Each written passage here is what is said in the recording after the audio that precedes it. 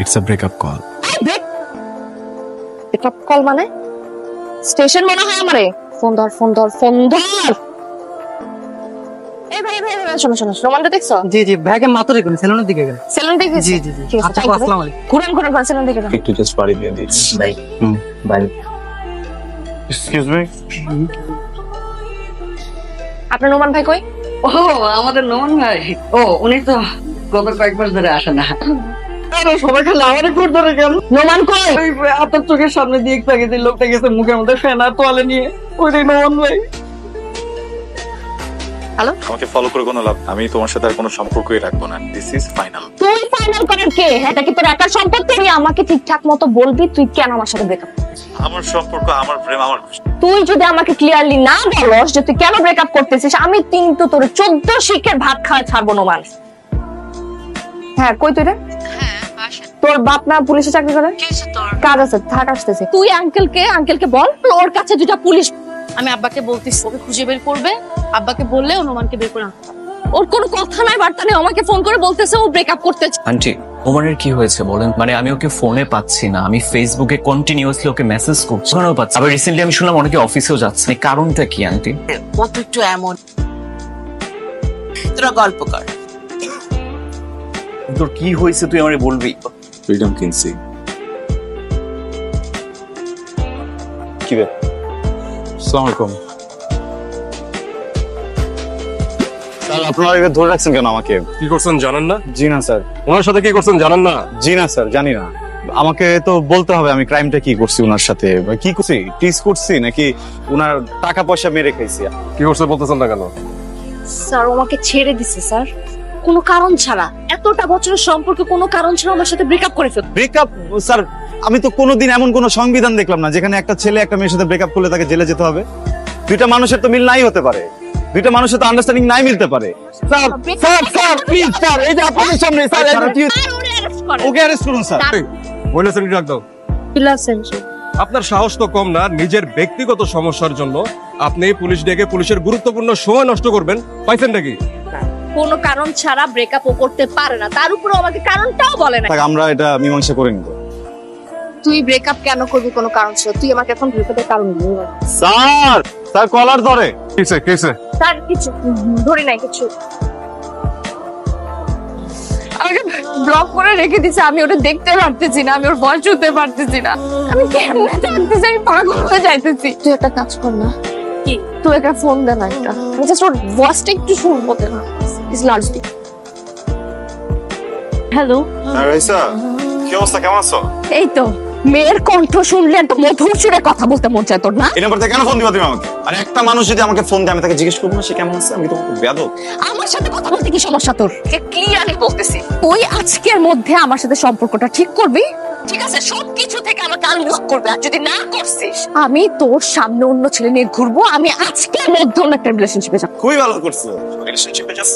তুমি আমাকে আর ফোন দিও। তুই তো মানুষ না, তুই জানো আর তুই খেলছিস এতদিন আমার নিয়ে, এতদিন আমার সাথে নকশামি করছিস। তোর কষ্ট হইতেছে না তো আমার কষ্ট হবে না এখন। হ্যালো, নোমান ভাই বিট্রে করছে, চিট করছে, কিন্তু নোমান ভাই কোনো অপরাধই নাই। আচ্ছা তোর কি মনে হয় ও কেন এমন করতেছে হঠাৎ করে? মানে কেন আমার সাথে হঠাৎ করে ব্রেকআপ করতে হইতেছে? নোমান ভাইয়া না, ও না হট হট টাইপের মেয়েদেরকে খুব পছন্দ করে। সব থেকে বড় কথা হচ্ছে তোর চলাফেরা, তোর চাল, তোর কথাবার্তা সবকিছু টমবাদের মতো। তোর এটা কেন মনে হচ্ছে? আমি তোকে জানছি, তুই রাগ করিস না। নোমান ভাই না, ও আমার সোশ্যাল সাইটে যতগুলো আইডিয়া ছিল, ফেসবুক, ইনস্টাগ্রাম, প্রত্যেকটা হট হট আমার মেয়ে ফ্রেন্ডের পিকে ফলো করে, তাদেরকে রিয়াক্ট করে।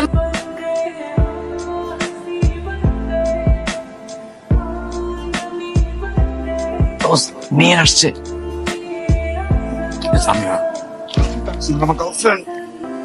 যাবেন চিপাই, তোমাদের দেখাই তো প্রেমী করতেছে, সব রকম ব্যবস্থা আছে, আসো না।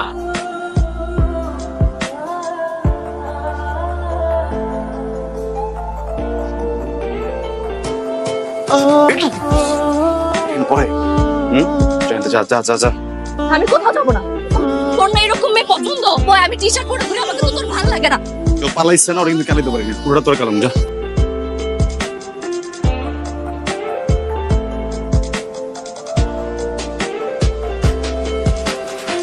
হ্যালো, আই এম সরি, এইভাবে হাতটা দেওয়া ঠিক হয়নি। আমি কি তোমার ভালো থেকো, দেখা করতে পারি।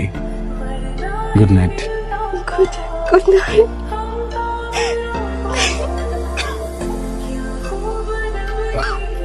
কি হয়েছে? এখন জানি মন মরা লাগতেছে। এমনি ডিস্টার্ব করবো? কি বল? তুমি বসবা, ঘুমানোর পর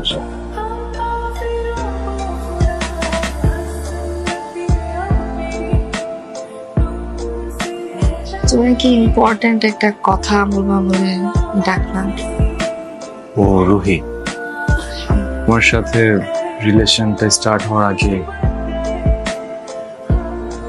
আমাদের কিছু ভুল বোঝাবুঝির কারণে আমাদের ব্রেকআপ হয়ে যায়। হঠাৎ তোমার সাথে পরিচয় হলো, তো প্রথম ভালোবাসা একবারই আছে। স্টপ, তোমাকে আর কিছু বলতে হবে না। বুঝতেছি তোমার কষ্ট। খুব ভালোবাসা, তোমার ভালোবাসা কেমন তুমি তো বুঝো।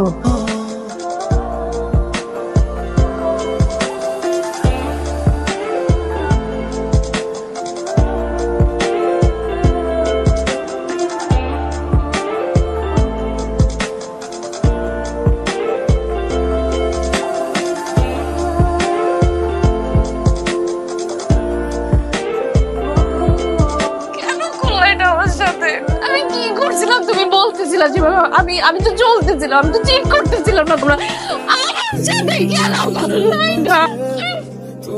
আমি এমন থাকবো না, আমি স্ট্রং হয়ে যাব, আমি অনেক ভালো থাকবো।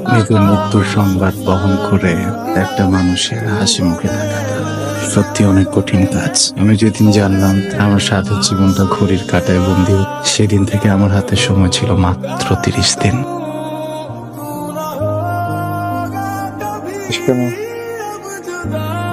আমি যখন মরে যাব, থ্যাংক ইউ। কেন?